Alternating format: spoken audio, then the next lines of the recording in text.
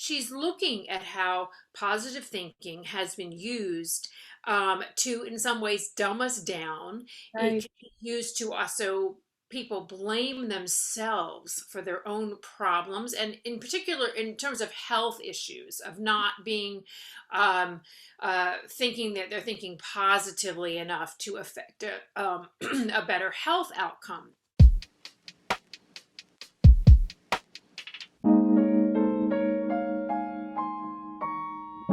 Hey everyone, welcome to Without These Books. I'm your host, Allison Roach. Without These Books is a thank you inspired video podcast that celebrates the authors, books, and characters that changed us as writers, readers, and as people. So, today I'm so excited to present my conversation with Annabelle Gurwitch. She is an actress, she's an activist, and she's also the New York Times bestselling author of I See You Made an Effort.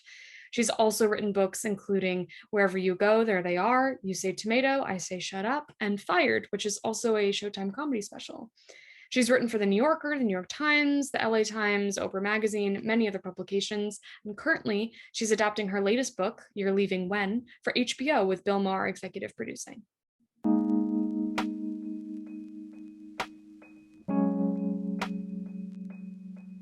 Okay, so what is the book you've chosen to talk about today? Well, I'm going to talk about Bright Sided by Barbara Ehrenreich. You know, I feel like I'm only a writer because of all the great writers that have influenced me. And so it's hard to pick one person, but Barbara's entire career, besides even this one book, has really inspired me. And I want to talk about exactly why. So, Barbara started out as a scientist. She has a PhD in cellular immunology. And so, what she does with that is that she's using the scientific method to make all of the arguments and, in her books. And, you know, my background is comedy. And so you'd say, like, well, what does that have to do with comedy? But in some ways, they're so similar because when you're writing comedy, you're trying to, at least what I'm always trying to do, is to take an idea and explore it to the 2000th degree, and that's where I mind the comedy from.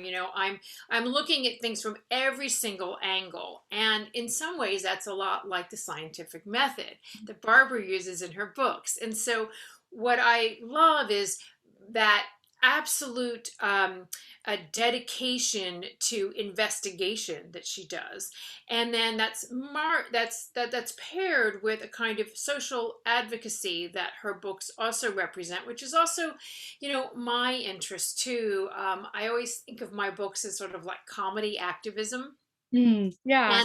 and in particular, Bright Sided is just, um, I don't know. In that book, she just hits a note that I love so much. So, what is she doing in that book that I've learned from? So, she's taking this idea that, positive thinking is really bad for us. Now, I'm a really judgmental person, and I've always been that person who said, like, like a smile is just a frown turned upside down. Like, I want to like rage against that, Oh, but that's me. That's me. isn't that right? Like, I mean, like, particularly women get that.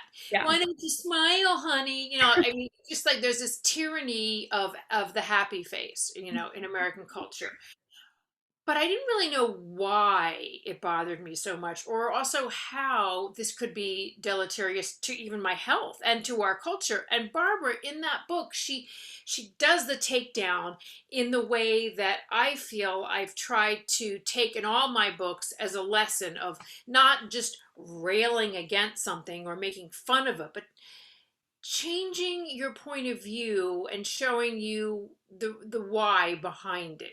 So she's looking at how positive thinking has been used to, in some ways, dumb us down. It Right. can be used to also people blame themselves for their own problems, and in particular in terms of health issues, of not being thinking that they're thinking positively enough to affect a better health outcome.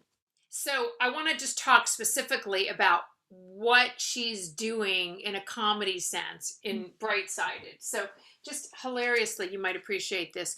I've read this so much that I mark pages with my bobby pins, like to obviously. Oh, It's just so here's the thing she does. So whenever I teach writing, I always tell my students, show, don't tell. So Barbara had breast cancer at one point, and she writes about these experiences of going to these events for people with breast cancer, where you're put in this sort of like pink stereotyping of what women would like, the pink ribbons and the pink t-shirts, and they pink you to death, and they give you makeovers and beauty products, and of course I love that stuff. But if you're someone that doesn't, which many women are, why are they making this assumption mhm. for women that you have to have this and all this sort of cheery, the talk that happens around these things?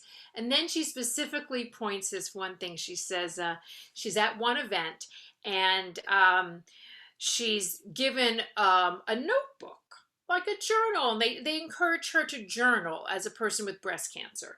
And she says, well, I'm a writer. And they say, well, great, you'll love this. And then she notices with the journal, they've given her crayons. Oh my. Like, what? I'm gonna, and that she just the notation of this brilliant woman being given a journal to in crayons to It's like write a with, child. Like, like the infantilizing of this. And I love that so much. And as a writer, I look at that and I feel like my worst inclination as a writer is something another comedy writer said to me once about something I'd written. They said, what you've got there is a hat on a hat. And what that, is a comedy person term of saying, like, we get the joke, why are you like tap dancing it, like, and that's what I'm always afraid I'm doing. Is my insecurity as a writer will be to like write a joke or something funny, and then like, but see right. it. And Barbara's has the ability to just uh, simply give you that, and that's her. She's so dry. I admire that. I feel like I get a little schmaltzy, and I aspire to that. So I don't say like I've read, Bright Sided. I'm always reading Mm, Bright yeah. Sided. I keep that on my desk. It's sort of like people have, the idea of like a palate cleanser, like a sorbet in a meal. So when I'm writing, I always hit what I call the brain squeeze, where my brain just shuts down. And so I'll pick up Megan Dom. I'll pick up a writer I just discovered about 2 years ago, Samantha Hunt. I love the way she also is a really economical writer. That's what I'm not. And she does that well. And then I'll pick up Bright Sided, and it'll just sort of straighten my brain out and remind me of economy and dry wit. And it sort of sets my brain straight. So I'll always be reading Barbara and be trying to accomplish in as few words as she uses uh, the great points she's making. Right. And have you taken what you've learned from Barbara not only to your writing and applied it to your writing, but to your life and this positivity she talks about? How have you implemented it? Well, I've always agreed with that idea that this positive thinking was Mhm. a dangerous mode in American life.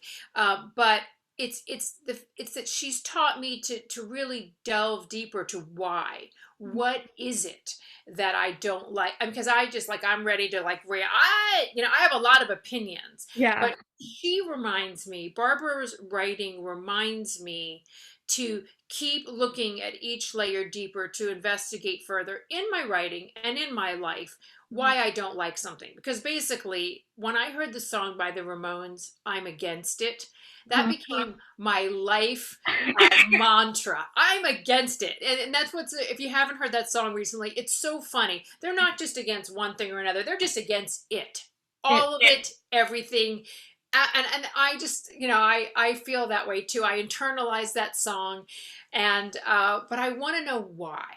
Mhm. And Barbara reminds me to look at every reason why. And for me, a great essay is a great argument. And for me to make the best argument, I mean, of course, what's a dinner party for? How I miss that. Arguing with friends, arguing to a Yeah. point. Oh, I like company too, and being with my friends, but I love arguing. Mhm. And I love when someone can make a great argument and change my mind. That is what I love to have my mind changed, and I love to change minds. And so yeah, I mean, it's a life, she teaches us, Barbara teaches us life lessons. Mhm. In I mean, and when in our history could it be more important to really understand the opinions that we think that we hold?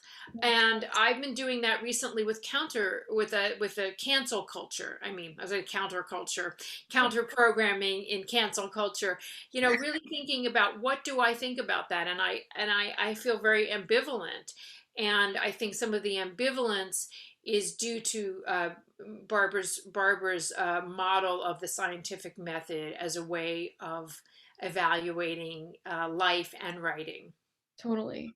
Thank you so much for being with me today and talking about this. This was such a great conversation. Oh, listen, I love what you're doing. Thank you so much. It's really fun to hear what writers that I admire are thinking about. And even in some of the videos, people share their sort of fear and loathing of the great books that have influenced them. And it's a great reminder for anyone who is writing or thinking about writing that every writer struggles with this confidence, and also treats writing with, I think, a great respect for the platform that we are sometimes granted. And it's great to hear what the inner thoughts of other writers are. So thank you so much for this series, and thanks for including me. Of course. Thank you.